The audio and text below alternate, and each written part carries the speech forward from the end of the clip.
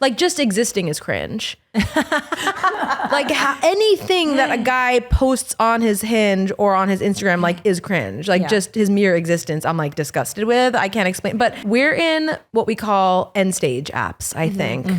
It's apocalyptic. People are jaded. They're past jaded. They've been on the apps. They've been off the apps. Like there's just the dregs left. Like this recent time that I've been single was the worst yet. But 10 years ago, oh my God, the apps were so fun. So fun. Meeting good guys. There wasn't like a stigma really. And it was just easier, you know? People were putting their MySpace bio energy into the apps. And a shout out to our golden slugs, Mary, Thomas Shepard, Kia Carbasi, Anthony Pagano, Ron Perillo, Chris Santa Kelly, and Ariel Rosso. Thank you. And we're having so much fun with you guys on the Patreon. Definitely come check us out. Join us. Right now we have 2 full bonus episodes up there. Kyle and I did an AMA this week that we uploaded, a whole episode answering your guys' questions. And there's more to come. We're doing bonus content every week. Patreon.com/Trash Tuesday, I think. Link below. I am really shook. I'm amazed. This apartment is kind of flooring me right now. Yeah, me too. Oh, me too. Every day I wake up, I'm like, do I want to go home? How do I get a friend like Gene Hong? Yeah. You do have a friend. You know Gene. I've met him like 3 times and I've been trying to get in with him and make a friendship where there isn't one for what feels like years at this point. Can I tell you something about Gene Hong? You know when you meet someone and you're like, no notes. Yes. No notes. Yeah, he's they're so decent. cool. Yes. They're generous. They're direct. There's just almost like just no notes. Direct is so important. Direct is so hard to find, you know? Rip Especially me in LA. a new one. Yeah. Rip me a new one. Thank you. Be honest. Yes. Tell me I look like shit. And I want Gene to be that person. He's not that kind of direct. Okay. He's not going to tell you look like shit, but he is someone like you. There's no guessing game. You don't Right. have to guess where you stand with him. Right. I know where I stand. He doesn't want to be friends with me. We should ask him. Okay, we someday. should. I actually have a good Gene Hong story. So Wait, let's introduce you guys Oh. first. You guys, welcome to Trash Tuesday. I'm Kalila, and today is we're still coming to you from displacement. My face is still half paralyzed.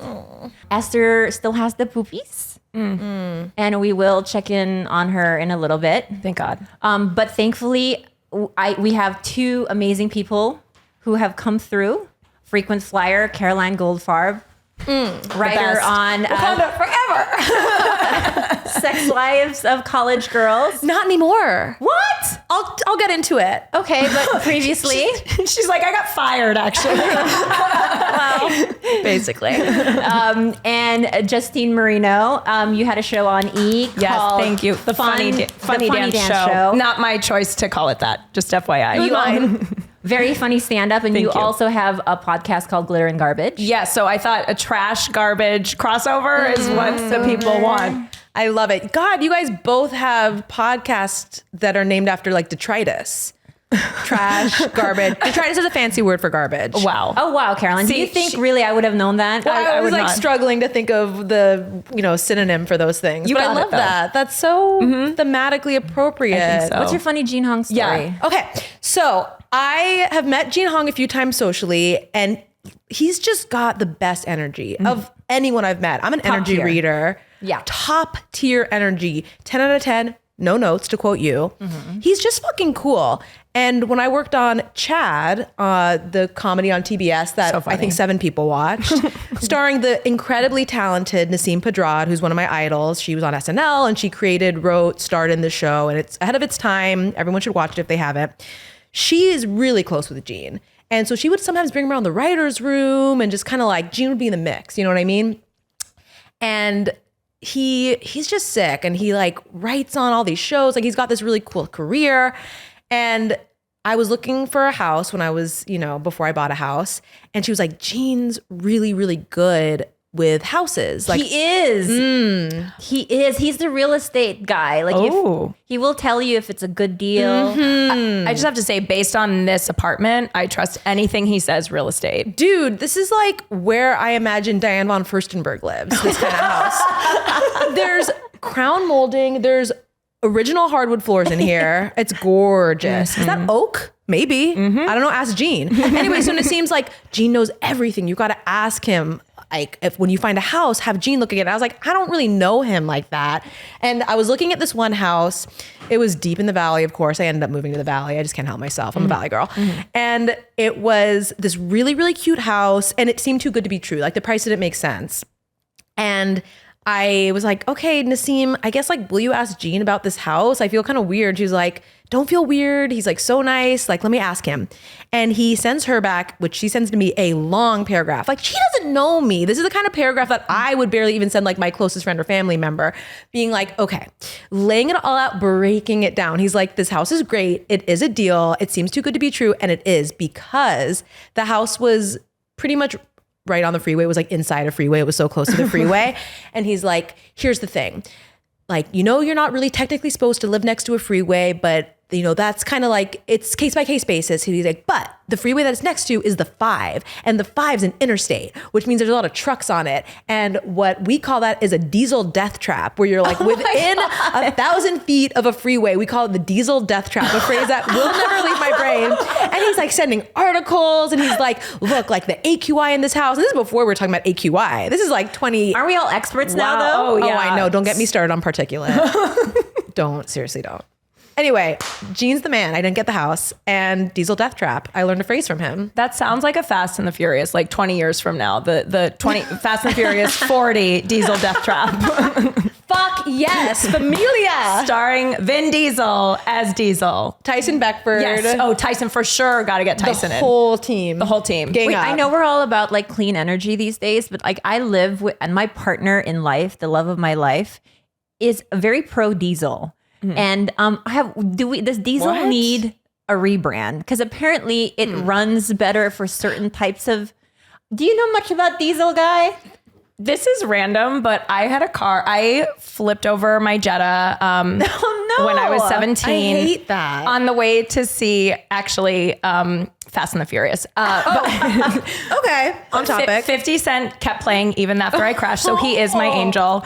But after that, I inherited my parents' Passat, which was a diesel, and it was really great on gas. Like I only had to fill up. I mean, I was probably ripping apart. I am responsible for the ozone layer, I'm sure, but like great on like not having to stop for gas a lot. Totally. It's like you butterfly affected the fires, probably. Exactly. Because you drove a Passat that took diesel for like 2 minutes. But everything needs a rebrand, because I think that like this whole clean air, clean energy thing, like aren't we mining the bottom of the ocean for lithium just so we can like, Carolina, you're looking at me like. My brain went blank because I'm like, I came here to talk about celebrity gossip and suddenly we're talking about mining lithium. I just like truly saw stars. I was like, I don't have anything to contribute to this conversation. They sound so smart right now. I'm like, I do not have a take on diesel, straight up. Like, I don't have a hot take at all. I'm scared. I'm nervous. I'm like kind of getting sweaty. I'm like trying to rack my brain for a take. I will say I'm always shocked when I go to the gas station, I see diesel. I'm always like, oh, that exists. And it's expensive. I'm like, shouldn't it be the cheaper option if it's like the bad you know what I mean? It's like, I think of it as like the processed food of gasoline. I'm like, Doritos are cheaper than an organic sandwich. Right. I don't know. See, I don't know what I'm talking about. Like, why do you guys make me do this? Some burly, manly man is like banging his head against the wall, listening to us talk about diesel right now. We have to change topics. Okay, we will. Just not becoming. Wait, okay, I should share about how I don't have a phone. Okay, yeah. Oh, yeah. You guys, I'm in my trad wife, unplugged, off the grid. I have not had a working phone for 2.5 weeks. Can you deal? Why? Because I have Apple Care like every sane person. And I don't know if you guys have broken your phones before, but when you have Apple Care, you just reach out to your friend, you know, your Apple Care person who's like located in Sri Lanka. I'm like, hey girl, my phone broke. I need a new one. And they usually send one really, really fast. It's like an amazing service. But my phone is so old at this point. I have an iPhone 13 mini and I will not deviate from my mini. My phone is this big. It's a Polly Pocket phone, but it's so old that it's on back order. They're like, babe, we have to like make that phone again. Like it's so old. So I'm like, fine, I'll wait. I'm in a standoff right now with Apple. Wow. It's You're making on a point. Yeah.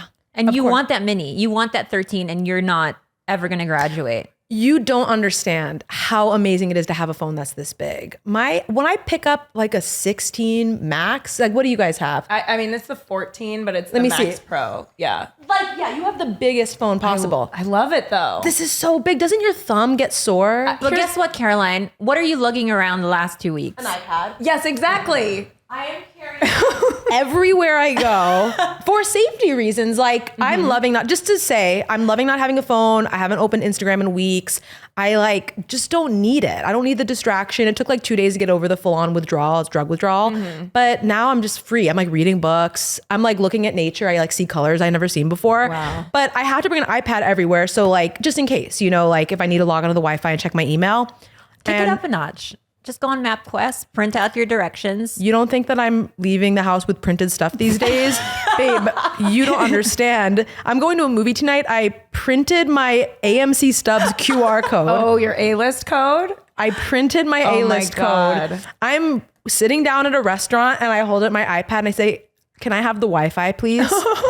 I'm like a full crazy person. I'm kind of living for it. I kind of like it. So anyway, the reason I was fully 25 minutes late, basically, was because there are some moments where I miss the phone. Like today, when I was sent the email with this address and it was like, the parking is kind of hard to find, babes. Like, call us if you have any issues. I was like, I've lived in LA my whole life. I can figure this out. She dropped a pin and I was like, oh, thanks. And then nothing from Caroline. I was like, man, she's confident. She doesn't even need the pin. I was on Wi-Fi when I received that text, to be clear. And I opened up the pin, but I was like, well, I better not get too invested in this pin because like I'm gonna have to raw dog it when I get there. I was like, it's on, I won't say the street, but I was like, it's off this street. And I like kind of looked at the pin. I was like, I've lived in LA my whole life. Like, how hard can this be? It was really hard. I pulled up, I want to be clear, at 1 p.m. and I could not figure out the parking situation. And then I'm like in my car and I'm like, well, maybe I'll open up the iPad and there'll magically be Wi-Fi and I can open up the pin. And no, there's just not Wi-Fi magically. This is like in a residential area. And I was so confused and I was like, fuck, this is the one day where I really missed my phone. So I just want to let you guys know that I'm really sorry. But I think that you are, you're a warrior. Now you can honestly say like, I'm analog and almost analog and you're a changed woman. I sort of want to just commit. Is that crazy? I think you should commit to just a flip phone. Yeah, exactly. I need a flip phone. When you walked in, I was like, oh, Caroline means business today. She brought an iPad. Extremely late. She's holding a full-blown iPad. Like, there's something going on with her and I think it's good, but I'm not sure. But I don't know, like, it's kind of sick. Like during the inauguration to not have to open Instagram, it was sick. I'm just saying. I think so. I think like, occasionally like bury your phone somewhere. I think that's a good deal. But of course, my mom was like, hey, I've been calling you for a week and it keeps going to voicemail. Are you dead? I'm like, no, I don't have a phone. Like there are people I think that are genuinely concerned, but this is my announcement. This is really good that I'm here. Yeah. Just reminding everybody, all my friends that are dying to get in contact with me. I do not currently have a phone, but I can receive iMessages. Do you know Sometimes. when the phone will be coming? Is there a date? Is there a tracking number? No, the standoff is worse than ever. Apple will not give me updates. They will not commit to an ETA. But again, I've got nothing but time, babe. Yep. Mm-hmm. You've got an iPad and time. Keep it coming. Keep it going, I mean. Wait, what movie are you seeing tonight? I really want to see the Keke Palmer SZA movie, but my friend was like, no. I saw it. It's cute. I'm dying to see it. We're seeing The Last Showgirl, which I'm sure you've seen. I've seen it. Good. I was a little disappointed. Full disclosure, it's vibes. It's Gia. It's not Sophia. Just know that. Yeah, but I mean, I'm always rooting for Pam, but it's no Anora, babe. I mean, Anora. I know you cried. I've seen it 7 times. Anora. I haven't seen it I yet. met Sean Baker last night. I went to a Q&A and got to meet him after, and it was real. I'm obsessed with him now. I feel like you could get in there because he found that comedian Ivy Wolk. Right. And also, I love her. She's so great. in And it. yes, I mean, the way he casts people, like he had seen Mikey Madison in Once Upon a Time in Hollywood, was blown away, and then went to Scream, the Scream that she was in, 5, opening weekend, and left the theater and called her agent to put her in Anora. I know Mikey Madison because she played a daughter of Pamela Adlon in Better Things, right? Yes. Mm-hmm. That's Exactly. how I know her. Yep. You know She's what? great. I'm Jewish, obviously, spoiler alert, and Jewish people have an obsession with pointing out when other people are Jewish, so I apologize for this, but Mikey Madison is a Jewish girl from Sherman Oaks, like me. She is. Yep. You know what? So I genuinely thought she was a half Asian girl, and I claimed her. I know. I was like, oh no, she's one of me. And that's how I clocked it in my head. I'm like, so cute that they casted like a half Asian girl as her daughter. And she's not even She's white. a full Jew. Can you believe it? Crazy. We're not putting up 10s like that. She is so smoking hot. She's gorgeous. Her body in Anora is insane. Slamming. She looks so good. My birthday party, my 40th birthday is Anora themed. We're going to go to the strip amazing. club. So you're turning 40. Yes, in What's April. a feeling? Is this not like, can we just stop for a second? You look 21. Thank you so much. I love you so You're much. my fucking hero. It's all the bangs. It's just the bangs. You That's- say that, but it's not. Thank you. Bless you. I only do weed and mushrooms, no drinking. I think that's the key. Okay. Yeah. All right. That's the key. I'm still gonna drink. You look so great though. I mean, you're Stop. Zochi, your girl. I've been like slowing down on the Botox a little bit because Xochi, where I used to get Botox, is really expensive. Yeah.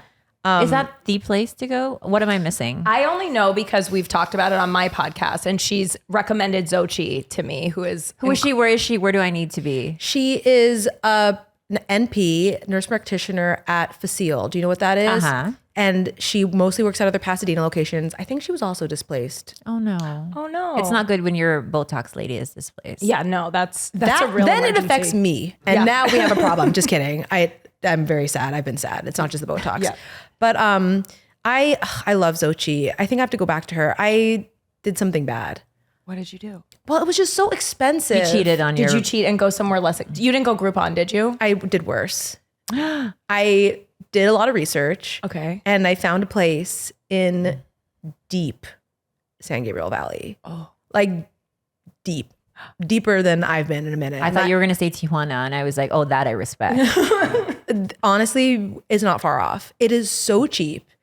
The Botox is, I'm out of there. Last time I went, I got full microneedling, full Botox, and I think I was out for like less than $300. Whoa. No. With PRP, the microneedling with PRP. At Facile, the microneedling with PRP, that's when they take your blood, Yeah. spin the centrifuge, and like put the plasma all over you.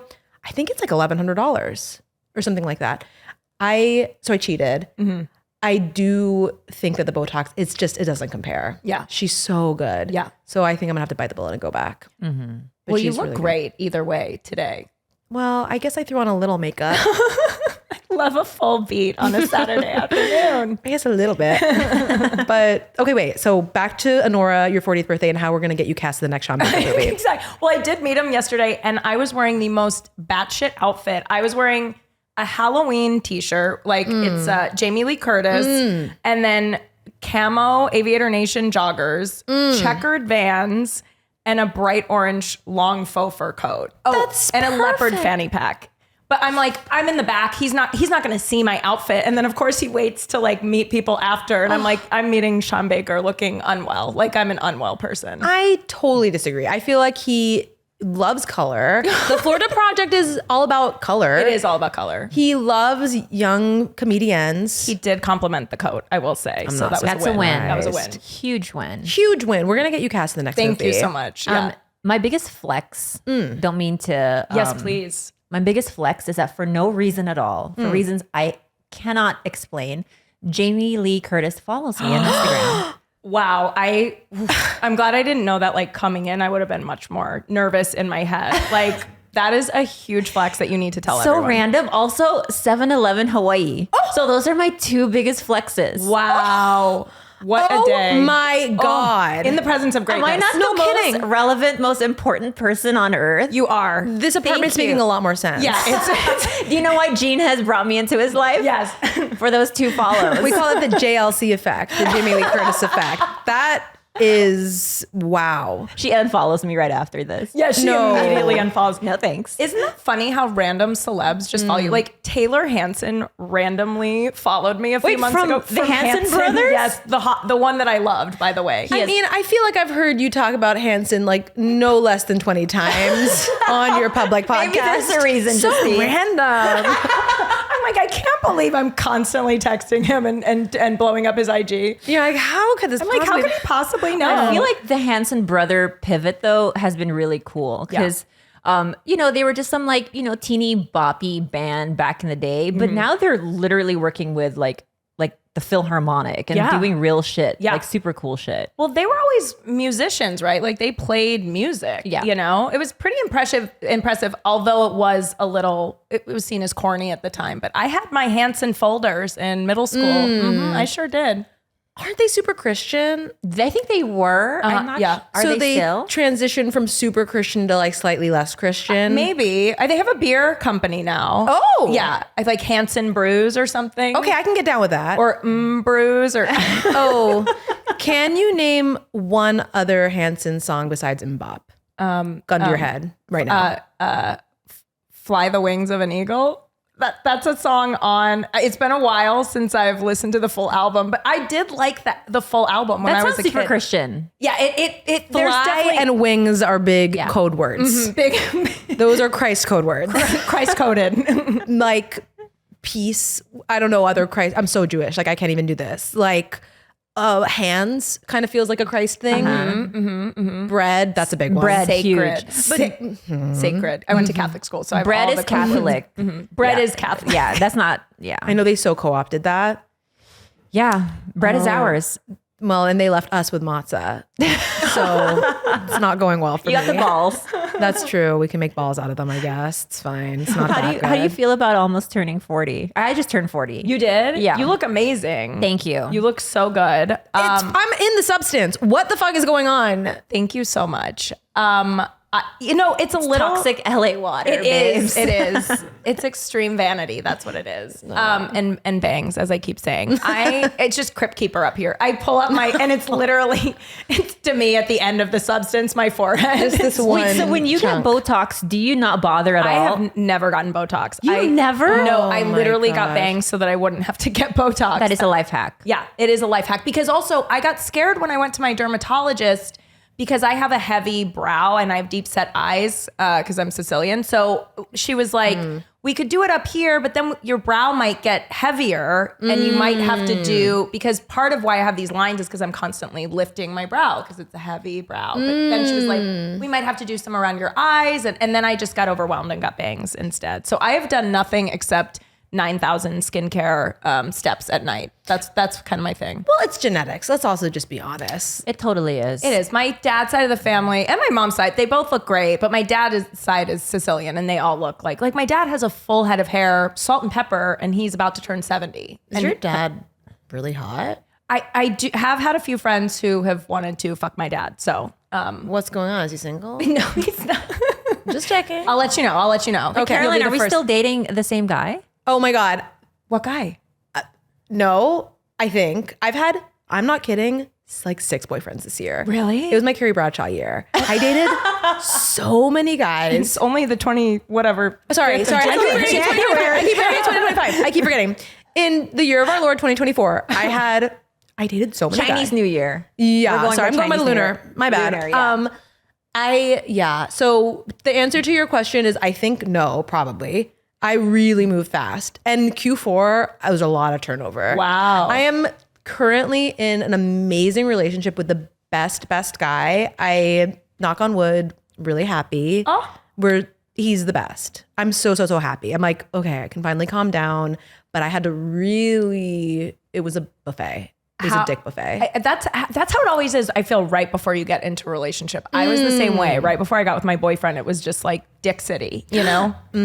Well, you have to figure out what you don't like to figure out what you do like. And it really was helpful to have a lot of the dick turnstile like recently in my mind, because all of this guy's amazing, incredible qualities that make him my dream partner were really put into sharp relief. I was like, okay, I had this guy that was so bad. I didn't like that. And this was that and that was it. But like when I was really ready, like I really knew what I wanted by the time I met him. I mean, I dated a lot of weirdos. I'm like, it's kind of scary to think about because every time I see people, they're like, are you still dating that guy? I'm like, which guy? And no. Yeah, but isn't it so interesting that like dating that many weirdos will almost throw you in a state of like whatever decent normie I come across is like a godsend at this point, and then you like latch. Yeah. Like that's basically how I felt about Aloha, my partner, where it's like I think I was just in this like cesspool of a certain type of person for so long. Not Bobby, but just in LA in general. that I was like, oh my God, like when I met him, I was like, you're so beautiful and normal and decent and kind. And like, let's be together. Please have me. And he was like, calm your tits, bitch. Calm your tits. LA is a really hard place to date. I personally did have to import from Denver. Oh, you had to import. Yeah, Denver. so I imported from Hawaii. Oh, see? So that's what I recommend to all my LA girlies who are single. Go to Denver, Hawaii, but your guy... I got an import-export business going over here, like my Persian uncles. I got to be importing D, getting rid of the LA D. No, my guy he's an LA local, but the key was a setup, not online dating. The online dating, I want to be positive about it. I'm not a man hater. I'm not one of these girls that's like, online dating is so awful. You can't find anyone. It's so bad. Like, yes, it's all of those things, but I believe in keeping a positive attitude. I was on all the apps. I was even on Field. Do you guys know what Field is? Yes, I've been on Field. There you go. See, I've never been on any apps because I started with my boyfriend when all the apps started. What's it Well, you're like? a Sicilian Field with a is- heavy brow from Denver. Like, you've got a whole other situation going on. I don't know what's going on with you. The apps are crazy. And I've been on the apps. So crazy. Because I've been on the apps in different levels. I've been in and out of relationships for like, oh my God, how old am I? I'm 34. For like 15 years. Like, and it's been so many phases of the apps. And we're in what we call end stage apps, I think. It's apocalyptic. People are jaded. They're past jaded. They've been on the apps. They've been off the apps. Like there's just the dregs left. Like this recent time that I've been single was the worst yet. But 10 years ago, oh my God, the apps were so fun. So fun. Meeting good guys. There wasn't like a stigma really. And it was just easier, you know? People were putting their MySpace bio energy into the apps.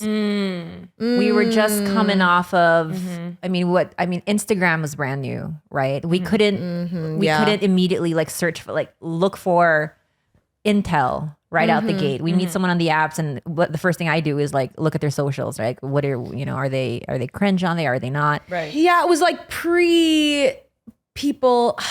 It's like we're so post-wave everything. Yeah. Like just existing is cringe. You know what I mean? I don't know how to anything that a guy posts on his Hinge or on his Instagram like is cringe. Like just his mere existence, I'm like disgusted with. I can't explain. But We've hit such a low in dating apps that I recently heard of this thing called food digging. I don't know if that's a correct term. I might be wrong, but basically where restaurants will create fake profiles on dating apps, set up a date with a girl, and the girl shows up to the restaurant and then ghosts her, and now she's forced to eat at that restaurant and spend her dollars there. That's how they're getting patrons in there. Have you heard of this? no, that's what happened. Wait, that's what that was? Because, I don't know if you guys, it's like my favorite hobby is Are We Dating the Same Guy pages. Oh, I need to get into that. Oh, you Oh, have we would to. love it. And you don't just get into the LA ones. You have to get into every single municipality. Oh, I want Kansas City drama, girl. Me too. That's all I do LA. is read. That is my reading material these The baby's days. crying. You're like, not now, honey. Mommy's reading about two girls that are dating the same guy in Boise. Stop crying. This is where I found out about it, because this girl's like, literally, he was texting me up to the point where he was like, I'm right outside, I'm parking. And then all of a sudden, he's gone and then blocks her on the apps. And she's like, what the fuck happened? He was just parking his car. And it turns out it's a scam. It's a restaurant scam. So I don't know if this speaks to you in any way, Caroline. I haven't been restaurant scam, but I'll share a couple quick stories. I met a guy on Raya who was like, on paper, the dream guy. He was super hot, super tall, he was Jewish. That's very rare. And he just had it going on. He was really cool. We had a lot of friends in common. That's the key. Because you gotta have someone vet their character. So I was able to like ask around, and people are like, I've known him forever. He's so great. Oh my God, I'm giving too many details because I'm about to say something so nasty. But we go on this first date and it's incredible. It's electric. There isn't a better first date in the world. And I'm like, this is my husband. I'm like, straight up, I found him. This is incredible. We go on a second date. He takes me to a very classic restaurant in Los Angeles. It's very romantic. I wear the sexiest dress ever. Ooh. We're hitting it off. We're vibing. He's got a lot of game, but he's Jewish. So like you think that he's a nice guy. Like my brain doesn't go to, oh, he's a fuck boy. I'm like, he's a nice Jewish guy. He's like telling me about his fucking grandma and like the temple he got bar mitzvahed at. We go back to my house. I don't fuck on this. I wait. I really make them wait for it. I'm like the rules. I usually wait at least a month, but we were kind of fooling around. Like I was getting a little tempted, and he did something to me that no man has ever done before or done since. And I still can't believe I let him do it on the second date. He took my shoes off and we were like really making out. He was very sensual. Like I said, he had a lot of game, and he went to suck my toes. And I was like, normally I would have that reaction. I'd be like, get your mouth the fuck off of my nasty toes. I also like do not have the kind of toes that would normally beg for sucking. I have kind of like hobbit feet. Like they're just not, I like get pedicures. They're not like hideous, but they're just not like But the suckable. one thing I learned about the foot fetish community is that there is no right feet. He wasn't giving foot fetish is the thing you have to understand. It was almost like playful and sort of like joking. Like he did it in the exact right way. Oh, okay. Where you don't like, you can't be like, can I please suck your feet? He wasn't too fixated. He wasn't fixated at all. It was almost like an accident. He's like, how'd these get in here? He was like, oops, now we're doing this. And he did it so well to my, what I'm trying to say is like, it's something I would never normally let a guy do, but he did it with confidence, grace, and swag. And I liked it. I was like, this guy's sucking my toes and I don't hate it. So we like da-da-da, we keep going, we don't fuck, but he, it's all great. He's like, can't wait to call you later. And he leaves and I'm like, fucking closed. I'm like, this is my guy. I can't wait. Ba-da-da. He ghosts me. To suck a woman's toes and ghost her. That's insane. That's low. That's low. That's insane. To suck a Jewish woman's toes. I know I keep bringing up being Jewish, but you guys have to understand, like, it's a small community. We've got to have each other's backs. It's like 0.0003 of like the world's percent of the world's population. To do that to a fellow Jewish woman, to suck her toes, that's intimate. That's really intimate. That's so intimate. Why? Like, you didn't have to even do that. Do you feel like he love bombed you a little? It's more of a toe suck bomb. Okay. It wasn't a love bomb. Okay. It was certainly in the neighborhood of love bombing, but no, the worst was like I dated this guy who was a Trump voter. I got dumped by a Trump voter in 2024. New low for sure. Wow. It was like, it's really hard to say that sentence. I've done a lot of work to even just be able to share that. But I'm not ashamed. I am ashamed. Sorry. Let me. Anyway, I'm like, watch, I'm gonna be like Kimberly Guilfoyle in 2 years. They're like, sorry, who are you guys? I'm in the Trump administration now. I got dumped by a Trump voter in 2024, but he really love bombed me. It's like the Trump thing is almost secondary to the love bombing. It was fully like, I know you're gonna need your stuffy for this one. I know. I feel like I need He was like, we're getting married. We dated for like a couple months. It was like a little more serious. He had me meet his family. How long ago was this? I can't be too specific with the timelines. I have to I protect want to the say innocent. 2016. Let's just say that. No, I it mean, was fully last year. It was within the last. It was within the last recent Trump. It was within the last 6 months, campaign. babe. I was going to say we were dating in the lead up to the election. It was tensions were high. Oh, and he lied to me. Sorry, I have to go back. Oh yeah. So he was a Jew, and he was, I don't want to like get too political on here, but he was a full-blown Zionist. Let's say that. And I know a lot of Zionists are pro-Trump. It's kind of like a different thing. It's still, it's abhorrent and it's disgusting to vote for Trump. I don't care like where you are. Like, it's gross. But he was sort of like, I was like picking up on super Zionist vibes. Not that there's anything wrong with that. That's not a bad word, but I don't personally, it doesn't matter. Point is that on our second date, I was like, you're not voting for Trump, are you? Like, haha, where you stand on that. And he was like, no. Oh, no. Of course not. He lied.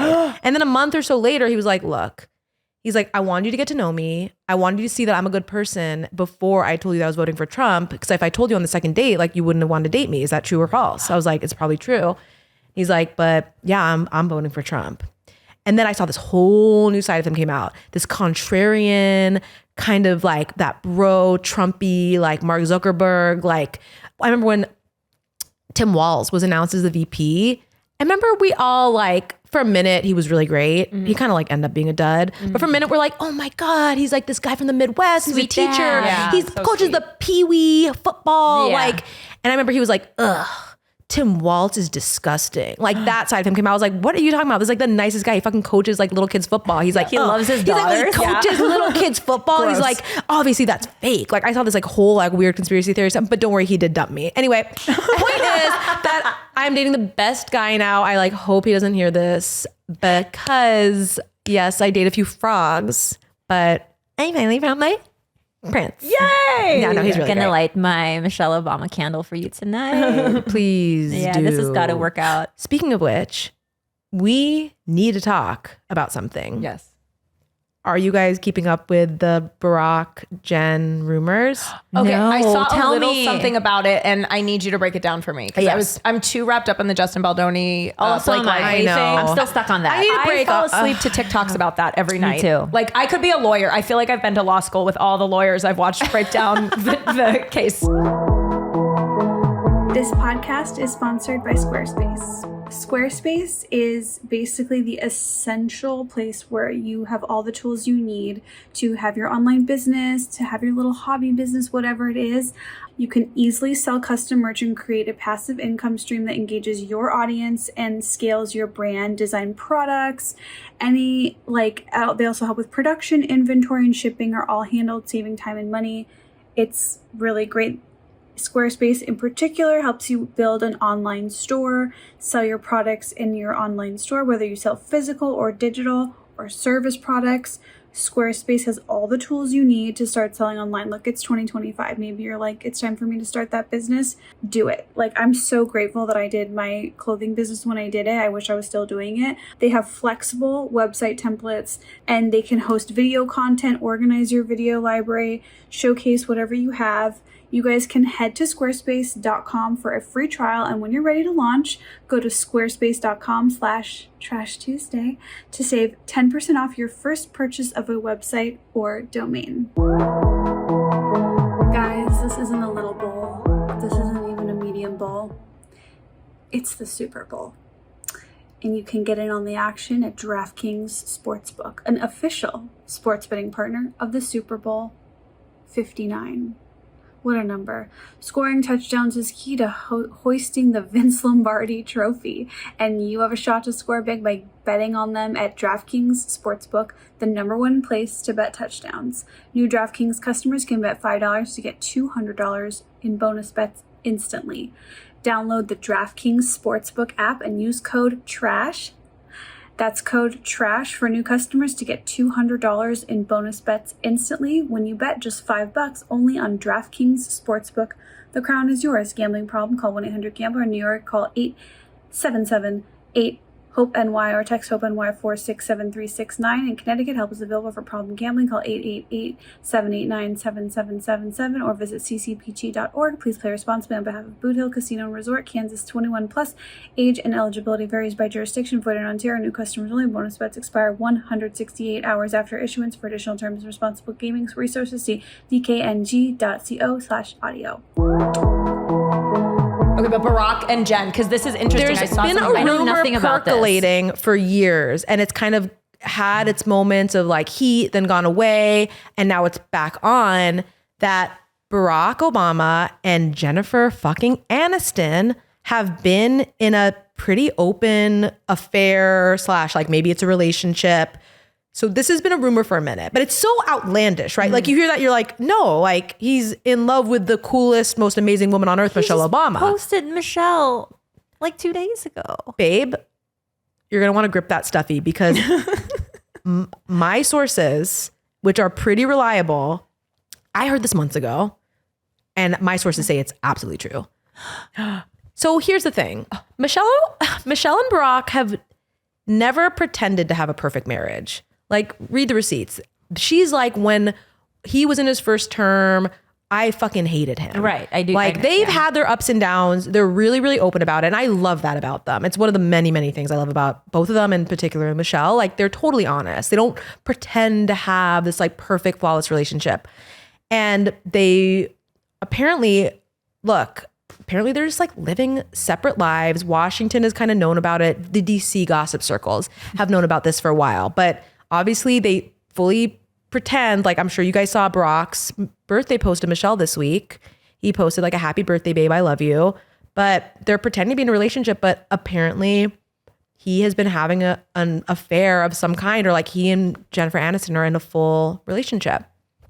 I know. I'm sorry, but it's true. I don't crazy. And you can go back and look. It's like the rumor's been around, and there's even this clip of Jimmy Kimmel has Jennifer Aniston on the show, and he holds up an In Touch magazine, and the cover, it's like In Touch, which those are always fake, those stories. So it's sort of played as this joke. He's like, so like the cover story for In Touch this week is that you and you and Barack Obama are having an affair. Like, care to comment? It's like a joke. He's like, haha, like this is crazy. She's like, I've met him once. Like, I don't even know him. I met Michelle more times. She totally denies it, but you have to watch this clip. You can tell they're fucking. She just has this kind of flustered, weird reaction to it. And knowing what I know now and going back and seeing that clip, I don't know. Apparently her friends know, like it's been open in her circle. Let's play this out. Go ahead. What truly would happen if they announce a divorce and they both move on? Like, is it such a terrible thing for... No, and they're the smartest. Like, what is the point of even staying together then if they're carrying on this like The point of staying together is that they are not just a couple, they're $1 billion brand. They have a super successful production company. He's a former president. It's earth-shaking, earth-shattering news. I mean, he's like got state functions to attend. For example, this week in the last couple of weeks, he went to Jimmy Carter's funeral and Trump's inauguration. She wasn't at either. People were saying like that was a big deal, that she did not, all the other presidential spouses were with them. She was not there. So people were saying like that is kind of like the first, we're starting to see the slow steps towards an eventual divorce announcement. They're soft launching it. It's a bit of a soft launch. Oh, this is I breaking hope my that they get heart. back on track. I don't think, look, it's not over till the fat lady sings. Like, maybe there's having a moment. Maybe they're gonna get back on track. Like, marriages have ups and downs. I am rooting for them. I always. Well, I've always heard that a lot of celebrity couples are in kind of open things. I mean, it's so hard when you're on set and you're making out with people and having to pretend like you're in love with someone. I've just heard that kind of Oh my God, Rachel Weisz and Daniel Craig are them apparently too? like swinging, having like bi-sex parties. You gotta be reading the blind items. Oh, I am just missing all these blind items. No, it's not even the blind item. Like these are, Rachel Weisz truly is like one of my number one like girl crushes. she would fuck you apparently at the bi-sex parties You that they're think having. so? Girl, gotta do get you some- an invite. Please, somebody. We're if getting you have cast and we're getting you invite to the sex getting party. if you have an into Rachel Weisz's sex party, please Look it up. I know I'm being reckless and saying like absolutely inflammatory things that could get me sued, but I'm coming with, I don't have sources, but I'm speaking things that have been verified enough that I feel comfortable saying them in public on mic. Just saying. Oh, Wow, so interesting. that is crazy. And can I just say one thing? I love Barack, of course. Who doesn't? I mean, we're all millennial libs here. Like, he's our president. Like, he's the best. He's the coolest guy ever. Yeah. He like makes the playlists and like he like the movies and stuff. Of all the women in Hollywood, he could have anyone. He could have anyone he wants. Jennifer Aniston? How do we feel about that? I feel like she was kind of America's like queen for a while, like 20 years ago, she was that girl, so I feel all American safe. She's a safe choice. I feel, It's a little safe for me. it's safe. There's no controversy. Also, she was wronged with Brad and Angela and that whole thing. So I think there's also a racial component that will not bode well for them. I think you're answering your own questions as to like why they're not going public with this. I think you're totally right. I think we'll get so much blowback. Racism is America's racist. I mean, are they so? But as far as we know, your sources, Michelle knows about this. I think so. I'm hearing that they're living completely separate lives. Michelle spends all her time in the Martha's Vineyard house. Kind of interesting. I don't know where. I mean, I guess Barack's just like hanging in LA with Jennifer Aniston, Jason Bateman going to Cabo. I don't know what they're doing. I mean, it's just kind of impressive that they've kept it on the down low. But I don't know. I don't know. Wild. I want to believe. Interesting. I want to believe. It's so juicy. It is so juicy. But also, not to go back to the Blake Justin thing, but like this, now that we have all these receipts, it's kind of like confirmed all the stuff that everyone thought of what was going on with that, right? Totally. Where are we on the? Because like every day it's something new. I have a very completely different hot take on it, but I really want to hear Justine. And I want to hear yours. I've been wanting to. I turned Glitter and Garbage into a 90210 rewatch pod, which is when why. did that happen? Like probably 8 when Shannon Doherty died. I started rewatching 90210, and I loved it so much. It's all I wanted to talk about. So I just made it that. And I'm not going to put you through that. I appreciate that. But I've been wanting to talk to you about this. I don't. It's hard. It's like. Well, because you've never liked Blake Lively. I remember on my podcast. Always been a public hater. Yeah. Well over a year ago, you said she's always, I think you said, quote, she's always given me the heebie-jeebies. That was a direct quote, a heebie-jeebie. Yeah, that sounds tame for me. I'm sure I said a lot worse things. I think she's a fake. Well, also, you never trusted her because she came out with a booze line when she herself does not drink, has never drank. This is why I love you. You remember the things I don't remember. I have a creepy memory. It's amazing. Yeah. She has a booze line? She has a booze line. I only know her for her most recent hair care because I'm in hair care. So I was like, oh, when she came out, she launched around the same time that I did. But I didn't know she had a booze line. She had Betty Buzz. Originally, it was mixers, so it was more like sodas. So they were non-alcoholic, which made sense because she doesn't drink. She's been very open always about, I don't drink. I've never drank. It never appealed to me. I just bake cookies and stuff. She's a mean girl. She's Yeah. in the Taylor Swift clique. She's a fake. She's a phony. She seems mean.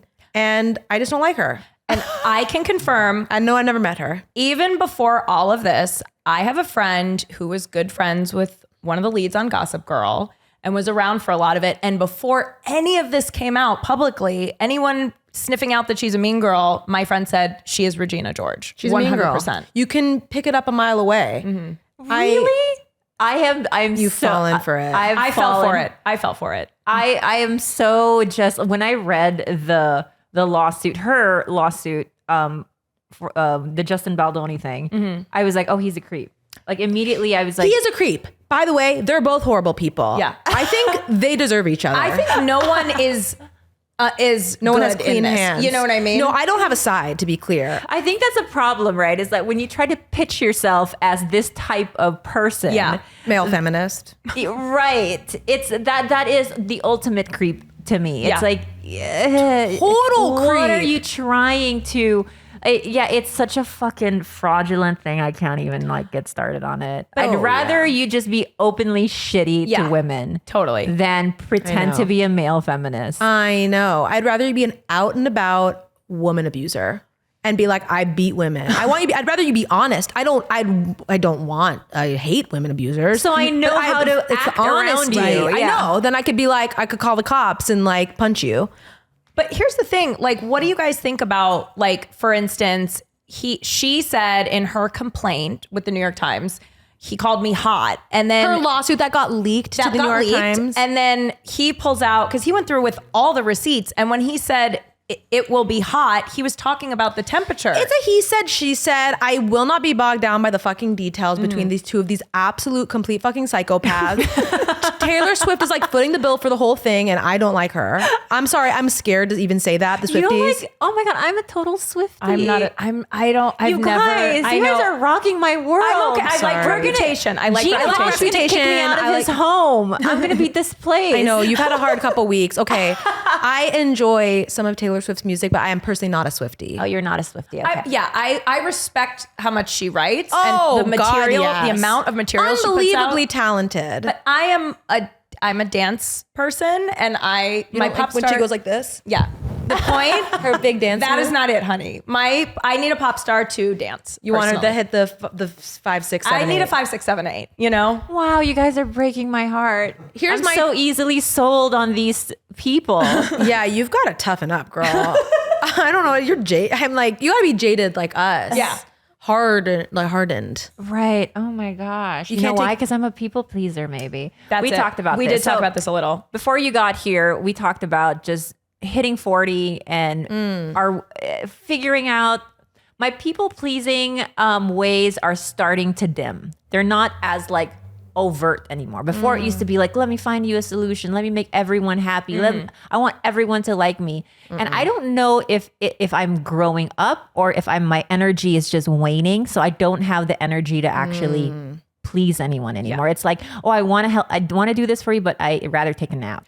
I also think it's just being tired. And also it's like life's short. We're 40 in now, So it's like On the back nine. Yeah, babe. exactly. But Is it the back nine? Yeah, we're on the back Say nine. it ain't so. Yeah, babe, I'm already starting to make my peace with death. I'm 34. You don't know what's happening over here. Not to get too specific and like health related, but I'm on a whole menopause tip. I am preparing myself for menopause so fucking hard. Are you on peri already? Or No, not yet? Not even close, but it could happen at any moment. It That's the really thing. can, because I do have friends who entered perimenopause at 38. It can happen at 36. Naomi Watts went 36. Oh, that's right. She is the poster child for she's becoming the perimenopause. face of menopause, which I love. Right. So anyway, point is that I'm trying to make my peace embrace death and menopause, among other things. Well, you don't die when you enter menopause, Caroline. just immediate that death. is such relief to hear you say that, because I have been so stressed. No, I know, but it's like in an existential big picture way, what really matters? What's important? What are the things that I'm going to do or not do? And when I'm on my deathbed, look back and be happy I did them or happy I didn't do them. What's really important? Dialing in, locking in, Have you heard this theory about menopause and why menopause exists and why women are the more important gender in society, basically, is that men, they can basically have babies up until, like my dad, say, for instance, he had me in his 60s, right? I hate men. Don't remind me. Just in general, I hate that they can do that. Right. They can splooge and have a baby at 90. Disgusting, right? But us, we enter menopause and can no longer become pregnant, let's say average 50, right? And they say that's because women have a unique, not obligation, but unique ability to spread wisdom that men cannot. So it's like our job, the back nine, is to be the teachers of the world, which men cannot do. So they are that's why they still have the splooge in their nuts. So all they're really good for is to copulate. Just nut. Just shut up and Whereas nut. our back nine is to be the spreader of wisdom. The oral tradition. Yes. I love that. Isn't that I so love that sweet? too. That's really beautiful. Yeah, that's one professor's theory. I was like, I will take that. Yeah, I like that. I know, just that, hold on to that so hard too. Just takes one professor. Yeah. Okay, now I feel good about death. Thank you. Good, you're welcome. But also look at like Demi Moore and just how like I don't have the money for that doctor. she looks so good. I have a whole. What She got a botched facelift. Well, yeah, it was bad, but now she looks great. So then apparently, who's the new doctor it's in this town? guy in New York. Is it Lindsay? Did he do Lindsay? I think I think a girl did Lindsay's. because she also looked bad and now looks good. I know. Apparently, there's this facelift doctor in New York who redid Demi Moore's and did Brad Pitt's. Oh. And among others. I read a article about it. I don't know where I'm reading these articles, but it's like they're in there. But it's a deep plane facelift, right? Oh, it's all about the deep plane, girl. Yeah, deep plane. I know. So is that different from a regular facelift? I don't know. Facelift technology has advanced so much, and now it's called a deep plane And facelift. the downtime is like 2 weeks, I think. I know. I had a friend who yesterday got this. It's like a laser treatment that they go under your skin, but it's supposed to have the effects. All therapy. Maybe it's supposed to Use have heat. I think so. So the thing with these lasers, I can't remember what the word for them, what the category is, but it's like cool sculpting is one of them. Like these lasers that kind of promise a lot and basically like use heat. They really do they're very risky, and there's a high risk rate, and the effects, it's kind of like the thing you do instead of getting lipo and the example of cool sculpting, or like instead of getting a facelift, therapy, which uses heat to produce more collagen and tighten your skin. It's like you can see these before and after pictures that look kind of crazy, but it's like probably the tiniest percentage of people that have those results. But apparently there's a little bit risky, and you just kind of have to wait and save up for the big procedure. Got it. So wait and save. Okay. Wait and save. I mean, I don't know what your friend got, but the thing I'm talking about, I think it's called old therapy. It's expensive too. Yeah. It's not like getting Botox. You're supposed to get like 3 sessions. Yeah. And I think the sessions are thousands and thousands of dollars. I mean, at that point, it's like, just wait. Here's my plan. Wait till, you don't wait too long for the facelift. You got to get it in your, let's say my late 40s or early 50s is my target. But don't you have to dissolve all fillers and wait for the Botox to leave your face? I don't know about all that, honey. My doctor's going to tell me. But I think I might just go to Korea. That's it. That's it. I was going to tell you when you said you went to the Deep Valley to get your $300 Botox. I know. Korea, ticket to Korea. All of my friends walk away, $180 bill, and they've done everything. I know. Everything. They do crazy shit in Korea. My friend got a procedure called small face in Korea. A man, I know. Small face procedure. It was like 10 years ago too. Doesn't that sound so cutting edge? He's like, no, girl, like 10 years ago. You get put to sleep for a lot of the like laser procedures there. That's real shit. To get put to sleep.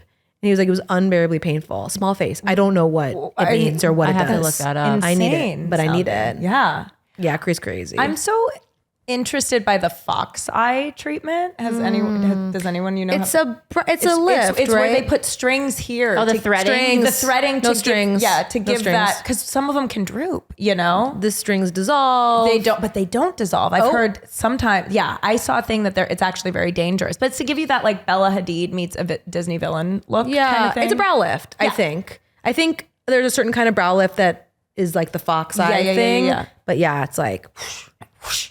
But you think it's gonna make you look like Bella Hadid, but then you're like actually a normal girl whose eyes look kind of crazy. That's why I'm like so scared to do anything. Or just, for the night, face tape. Who cares? Oh yeah, I love Doechii. Yeah. She wears The face tape. but instead of putting it under her wig and hiding it like most pop stars, I'm looking at you, Gaga, do. She wears face tape as an accessory. Right. I love it. That's so So cool. cute. I love face tape. And there's also a trick. It doesn't super work where you take like chunks of like your sideburns basically. And so then you like pull really high. You pull really high. I'm getting a full lift right now, but you do it like under your ponytail. Oh. So you like, it's hard to do it right now. You're going to give yourself like... No, I'm fine. So you like pull them really high under your hair and then you like style your hair normally over it. So you can face tape with your own hair. Oh, that's cool. a little... Do I look but stunning, the be traction honest? alopecia like the JoJo Siwa. Well, just right here. I mean, traction alopecia is like, like I've definitely... over time. Yeah. I'm definitely... Should we check in on the little one? Yeah, we should. Okay, let's call her. Poor Esther. With her shits. She got norovirus. I think so. We think so, yeah. From Ace. No, she's filming a movie in Chicago, and I don't know if it's craft service. You know how it's spreading these days. Does not sound great. No, she's really shitting a lot, probably. Maybe she'll feel really skinny after. Let's you ask know? her how much. Sort of jealous. I know. That's the thing about Can I Noro. have it? It's like you shit, you're skinny, but you're bloated. Oh, Really? that sucks. Yeah, I know. So it's not. It's almost like so a period worth belly. it Oh no, I hate afterwards. that. Then you get on the scale afterwards and you're like 5 pounds down and it's a good feeling. Yeah. It is. Only yeah. at the very end though. Then. During it, you're like, I would give anything to not have this. Yeah. Oh, she might be shitting right now. Yeah. Yeah. Oh. She might have perished. Well, Esther died. I guess this is the R.I.P. Esther podcast. It's not a good way to go, but she did go out skinny. Yeah, skinny. That's as long as her stomach was true. flat, she's That's winning, really right? true. I'm so happy for her. So one of my friends that goes to the People Pleaser Anonymous, I think they call it CODA for codependence. Been to a couple CODA meetings. An interesting observation she made was that every person that rolled up to that meeting had a very expensive car. And she was like, everyone here is super successful, but super sad. And I do wonder if there is something to, of course there's something to it, but people pleasing, we always say, is like a detriment, sort of a liability to our lives, to our joy. But maybe it is also a big reason for success. Yeah. And knowing how to sort of like navigate when to kind of turn it on. Yeah. Superpower, right? Is it? And sometimes, like, don't you think that you're hyper vigilant to other people's feelings and needs, which can be a burden and a time suck and unfulfilling? But also, I'm hyper vigilant and I can read the room in a way that maybe some other people can't. I can read body language, energy when I'm like in an interviewing to be staffed. Like, I feel like I am such a dyed in the wool people pleaser that I can like be on my feet and navigate and like see what they're picking up on that they like or they don't like, like, and say the right things. And like sometimes in moments when you only have 30 minutes to impress someone, like these skills that are so locked in over years of being codependent can sometimes be your superpower. Yeah. I just think that the root of codependency is really sad. Like for me, I had to read the room as a child, right? I had to know Oh no, it's so sad. what was around the corner for me. Like I had to know if my mom was gonna beat my ass, basically. Like I had to be two steps ahead of her, right? So that's how apparently like empaths are built, right? Or codependent people or people pleasers. But while it is so exhausting to exist this way, I really do think I succeed because of it. And it's almost as if like, do I want to treat and do I want to get rid of this part of me, or do I want to keep like some of it to sort of like keep me switched on to my surroundings like at all times? Yeah. Why can't it be both? Why can't you own the parts of your personality that make you who you are and like are your superpower? I know that phrase is so corny, but I always feel like there are people that have like autism that are like, it's my superpower. Like I've learned to embrace it.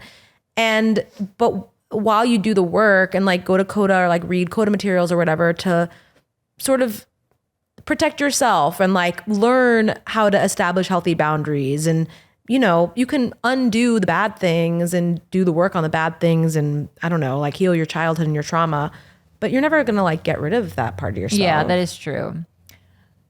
It's funny, the superpowers thing. Paris Hilton, as someone who went to the Paris Hilton concert last year. Oh, how was it? It was incredible. My friend randomly got like VIP tickets. So I did make eye contact with Kim while wearing a Skims catsuit.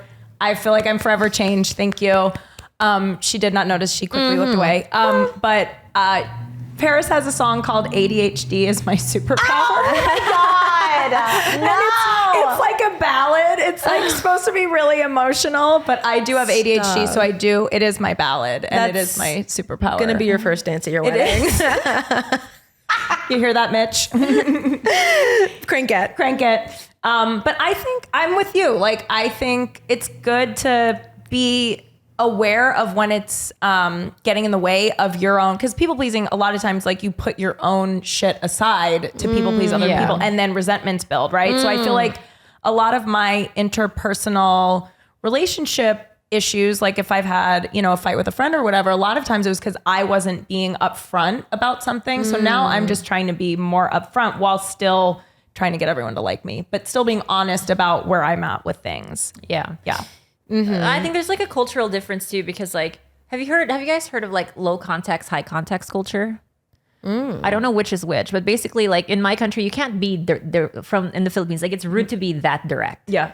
Like it's for instance, if it's cold out, or if you're feeling cold and you're at someone's house and you need a thermostat higher or lower, instead of saying like, hey, can you make it warmer in here? You say, burr, it's cold, and then hope that they offer you to lower the temperature or offer you a blanket. Yeah. It's rude to be like, hey, can you just it's fucking cold in here, make it warmer. Yeah.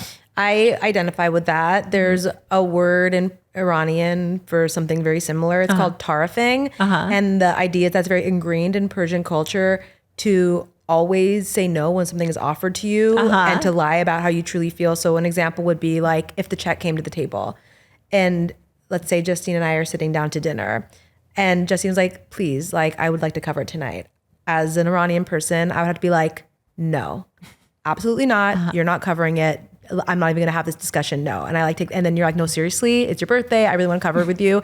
And then I just go, no, seriously, like you're not covering it. And the idea is that you have 5 to 10 rounds of this before the favor can ultimately be accepted.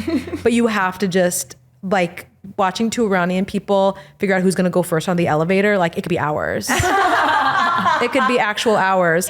But this extends to Asian culture too, because we always fight for the bill. And I never really could figure out if truly we all wanted to pay or if it's just an act of courtesy. But now you're telling me that you don't in fact want to pay. You just have to throw it out there. It's the game though. It's about the back and forth. Like that's what the word means. But it's ultimately about, I don't know, like being nice, I think, to a fault or not accepting when someone's nice to you. Like I don't really because understand I know exactly what you're saying, because when I've paid for a meal, say for instance, or when I've offered and someone's like, okay, thanks, immediately I am like, No, I Put know. up a little bit of a fight. I know. You're just gonna watch me pull out my wallet and not yeah. fight me. I am slightly offended. Yeah. So like maybe that is somewhat ingrained in my head. That is so interesting. I am just so loving getting older and leaning out of my people pleaser tendencies. Have you guys heard of like the let them? Yes. No, That's the tell big me. new pop psychology thing Love right the now. let them theory. Have you read the book? You should probably share because I actually am not super. I'm not super, but I see TikTok. All of my information is from. So yes, I've read the TikTok book. But read the TikToks. Mel Robbins, right? Yeah. Is it her? She's a it's her TikTok book. psychiatrist. She's And- like some social media Pop empowering. psychology. Yes, Yeah. exactly. It's a big pop psychology thing, and she wrote a book. The book is selling huge. I was at a Barnes and Noble 2 nights ago, and they have like a whole table full of like 1,000 copies of it. And I think the general idea is like, if someone let them do whatever they're gonna do. For example, if your friends go to dinner and they don't invite you, and your feelings are really hurt, and you let them, let them. Because I think the theory is, and this is how I really do approach life. So I felt like, oh yes, okay, I'm doing something right, even amidst all my people pleasing, is like, you can't change someone unless they truly want to be changed. That's the theory. And so, and I'm very into like, kind of like law of attraction, spirit, all that kind of stuff of like allowing and not forcing things. Yes. And so I think it's that kind of mentality of like, okay, cool. If I'm not invited, let them not invite me. If someone is not fucking with me, let that friendship go away, As opposed to maybe 10 years ago, I feel like I would want to force it, or if someone didn't like me, I'd want to figure out why they didn't like me, or be really nice the next time, or overdo it. But I am so in a different place now. I'm just like, I don't care if people don't like me. Totally. That's on them. I don't care if I'm not getting invited to this thing. I just don't, if my family, like I used to be the fixer in my family and want to fix everything. I still really struggle with that. But I'm just like, you know what? It's not my job. It's not my job to make you feel better and fix your life. Like I've got my own shit to worry about. Right. Yeah. I mean, but Coda's kind of fun. Like you guys haven't been to a meeting ever? Never. I haven't. I've been to other. I've just been 12-step white stuff, but- knuckling my people pleasing yeah. struggles. Not to bring it full circle, but if I get the Wi-Fi password, I can send you guys some Coda materials right now on my iPad. I'm not kidding. They're kind of fun to flip through. Like, I don't know. I've dabbled in some, what the anonymous is. 12 step. Thank you. Yeah. The anonymous is better. Yeah. I just really, I don't identify as an addict. However, I just really like love 12-step culture and like think it's really cool and know so many people whose lives it's truly changed. Yeah. And It's so cute. Have you delved into the beginnings or just the AA history in general? well, no, it's like probably Bill scary and W? religious or something. No, it's not. It's good. really Okay. sweet Yeah. and cute. Yeah. And Oh, that's it's just a nice. man who figured out one day that when I spoke to someone else who had similar struggles, I didn't drink that day. Yeah. That's literally the core of AA. Was Bill W being like, I commiserated and I found myself not picking up the bottle that day. Well, right, because so much of addiction, because my parents actually met in AA, so I know. I am So cute, obsessed. right? So I have a very addictive personality. That's why I saw Anora 7 times. I've seen Titanic 21 times. So that's why I never you're tried. like Bobby. I'm- He made me watch all like 6 seasons of The West Wing. Yeah. No. Like 10 times. Yeah, no, I'm that way because, and that's why I get it all out with that. That's why I never tried cocaine because, Titanic is 3 hours. How much cocaine could I do in 3 hours? Like, Oh, there's only 24 hours in the day. exactly. But I think the core of 12 steps is getting outside of yourself and helping other people. And there's so much shame involved in addiction. Right. That I think when you bring it to light and realize like, oh, that person also has that issue. That's also why I like comedy so much is like, I would watch sitcoms as a kid and like people would be going through things that I would be going through that I felt like alone about. And they would be making it funny and relatable. So true. Destigmatizes. Yes, exactly. I think all of that demystifies. stuff. Shame is a very ugly word. Yeah. Shame is like the source of all the world's Everything. ills. Literally Genuinely. everything. Everything. Yeah. Wow. Maybe that guy who ghosted me after sucking my toes just had a lot of shame. I think he had shame. Maybe he had never done it before and he was like, I can't believe I did that. And No, he seemed like he had done it before. He was really good at it. You don't just go straight forward if you've never done it before. No, hell no. It's like that was just his on a whim. Like, I'm just going to try something right now. if you're trying a new kind of crazy food for the first time, you don't like get 2 spoons and like eat, you take a little bite, you're a little demure. Yeah. But the way he sucked them things, he had been down there before in the southern hemisphere of a woman, not her vagina, her toes. So we couldn't get a hold of our little one. She might have perished. Yeah, she's dead for sure. Yeah. Esther, we miss you. You've been a great co-host. Yeah. Thank you guys so much for being here today. Thank you guys for coming through. Thank you for eventually making it here, Caroline. I hope that Gene Hong accepts you into his friend circle. If he does or he doesn't, like just to know I was kind of in the game. Let them. Thank you guys so much. And we hope that the next episode we're back in the swing of things in a regular studio and that I have a home to live in by then, although I don't want to move out of here. And thank you, Sluggies. We'll see you guys next week.